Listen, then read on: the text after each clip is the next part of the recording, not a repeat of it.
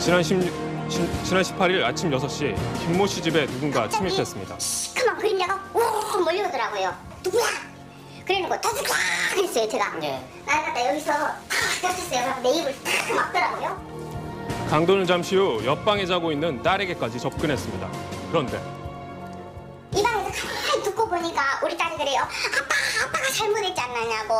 아, 네 아빠가 나왔어. 하루아침에 납치범과 피해자가 된 부녀, 보험금 때문에 벌어진 충격적인 친딸 납치 사건의 전말 취재했습니다. 사건이 벌어진 현장부터 찾았습니다. 집으로 침입하기 위해 방충망을 뜯어낸 흔적이 남아 있었는데요. 그 방충망을 뜯고 그 딸이 살고 있는 집 안으로 침입하여서 이 안쪽에 있는 현관문을 열어 주어가지고 밖에 있던 동생 2명이 현관문으로 들어왔습니다. 집안에 침입한 아버지는 안방에 깨어있던 이혼한 아내 김 씨를 협박하기 시작했습니다. 떠들고 소리 지르면 칼로 쑤셔 죽여버린다. 이제 어들어들 떨면서 있었어요. 어지럽혀진 집 안에서 사건 당시의 분위기를 느낄 수 있었는데요. 이어 아버지와 공범 2명은 딸이 잠들어 있던 방으로 들어가 딸을 마구잡이로 폭행했습니다.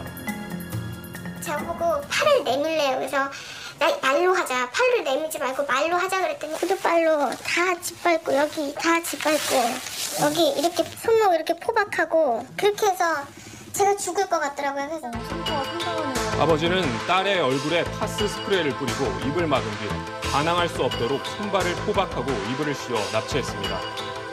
이대로 끌려가다간 죽을지도 모른다고 생각한 딸은 아버지에게 통증을 호소했습니다. 분명 엄마가 무슨 신고를 했을 것이다. 내가 아픈 척을 해야 산다. 내가 아픈 척을 해야 병원에 가야 의료진이 있다. 나를 죽이진 않겠다. 그런 생각으로 아픈 척을 계속 했습니다. 한 3시간을. 아버지는 딸을 인근 병원 응급실에 데리고 갔는데요.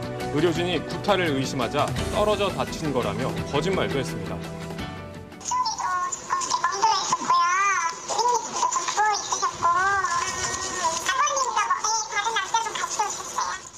딸은 전치 2주의 전신 타박상과 함께 고막이 파열되는 치명적인 상처를 입었습니다.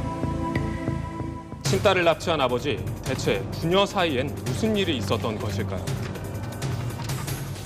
아버지가 그 사망한 아들의 보험금을 가지고 있던 딸이 돌려주지 않는다는 이유로 딸이 주거지에 침입해서 강제로 납치한 사건입니다. 아버지 진술에 의하면 3만 6천 정도 된다고 하고 있습니다. 오토바이를 타던 아들이 걱정돼 5년 전 보험에 가입한 아버지. 지난해까지 직접 보험금을 납입하기도 했습니다. 그러던 지난 1월 갑작스런 교통사고로 아들을 잃게 됐고 3억 6천만 원가량의 사망 보험금이 아버지 앞으로 나왔는데요. 이 돈을 딸에게 위임한 겁니다. 신용 불량 상태인데 또 제 통장에 돈을 넣으면은 그래서 압류를 당할 수도 있고 그런 여태까지 복합적인 사항이 있었어요. 보관 명목으로 제가 딸 통장 이체를 해줘. 아내와도 10년 전 이혼한 상태라 의지할 사람은 딸뿐이었다는 윤 씨. 그러나 딸은 보험금이 입금되자마자 연락이 끊겼습니다. 자동차 할부고 카드값이며 나머지 부채 부분을 정리하기 위해서 경비 좀 붙여달라고 이야기를 했거든요. 근데 알았다 하더니 오후 한 3시 되니까 휴대폰 자체가 없어요. 돈이 송금이 안 돼서 전화해보니까 그대로 잠적을 한 겁니다. 그 후 아버지는 4개월간 딸을 찾아 헤맸는데요. 찾을 방법이 없자 경찰에 실종 신고까지 했습니다. 그렇게 딸의 위치를 파악한 아버지는 잠복 끝에 딸의 주거지를 직접 확인했습니다. 17일 날 제가 저녁 때 제가 발견을 했는데 거기에 보니까 생모하고 같이 있는 거예요. 그러면서 생모하고 히덕거리고 웃고 그러고 양손에 시장 봐가지고 이렇게 오는 걸 보니까 제가 화가 더 치밀었거든요. 결국 아버지 윤 씨는 보험금을 되찾기 위해 자신의 남동생 2명까지 동원해 딸을 폭행, 납치하기에 이르렀습니다. 그 전에 그 돈에 집착을 하더라고요. 그런 행동에 대해서 일거수일투족 이렇게 감시 비슷하니 하면서 아빠 사랑한다고 아빠 나 믿지 하면서 애교도 피우고 어떻게 보면 기망을 한 건데 정말 딸은 보험금을 노렸던 것일까? 제가 만약에 그 돈에 욕심이 났다면 제가 전셋집에 왜 살고 있으며 왜 제 계좌가 없으며 왜 제 집이 없겠습니까? 왜 제 차가 없겠습니까? 제가 뭐가 돈이 아쉬워서 미쳤습니까? 보험금은 처음부터 아버지의 노후 자금으로 쓰기로 약속하고 위임받은 것이라는데요. 그렇다면 갑자기 왜 잠적을 한 것일까? 저희 남편이 이 돈을 탐을 냈고 아파트로 이사를 가자. 어디 아파트가 좋다, 나쁘다. 그러면 남편도 못 믿고 도피가 아니에요. 피해 있었던 것 뿐이에요. 내가 생명의 위협을 느끼니까. 딸은 자신의 남편이 보험금을 노린 탓에 집을 나올 수밖에 없었다는데요. 남편을 직접 찾아가 봤지만 만날 수는 없었습니다.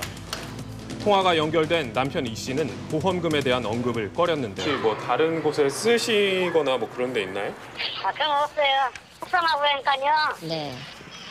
병을 병을 해볼 없어요. 전화 끊을게요.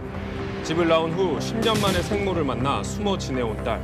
딸은 아버지를 용서할 수 없다며 강력한 처벌을 원했습니다. 내연녀한테 바라서 내연녀 새끼 연예인하고 보내면서 저희 용돈 한 푼 안 주고 제가 벌어 학비 다니고 제가 알바해서 자기 기름값 주고 담배값 줬어요 제가. 그 부모로서 한 게 뭐 있습니까 이혼하고 나서.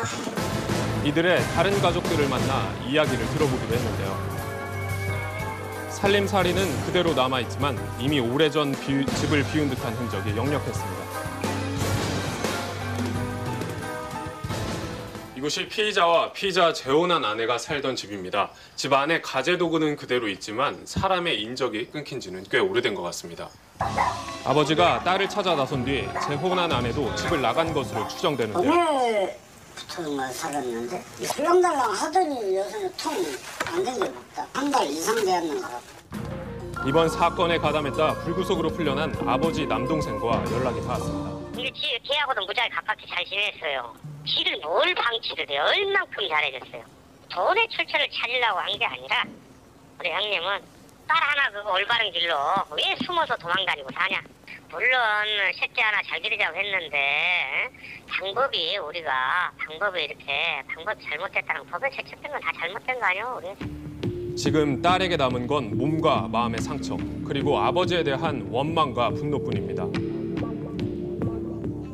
장례식에서도 아들 죽음에 대해서도 충실하진 않은 아비가 돈을 탐하고 저를 오해하고 이렇게 사람을 죽이고 저 죽는 줄 알았어요. 나중에 살기 위해 발버둥치다가 죽음을 순응하게 됐습니다.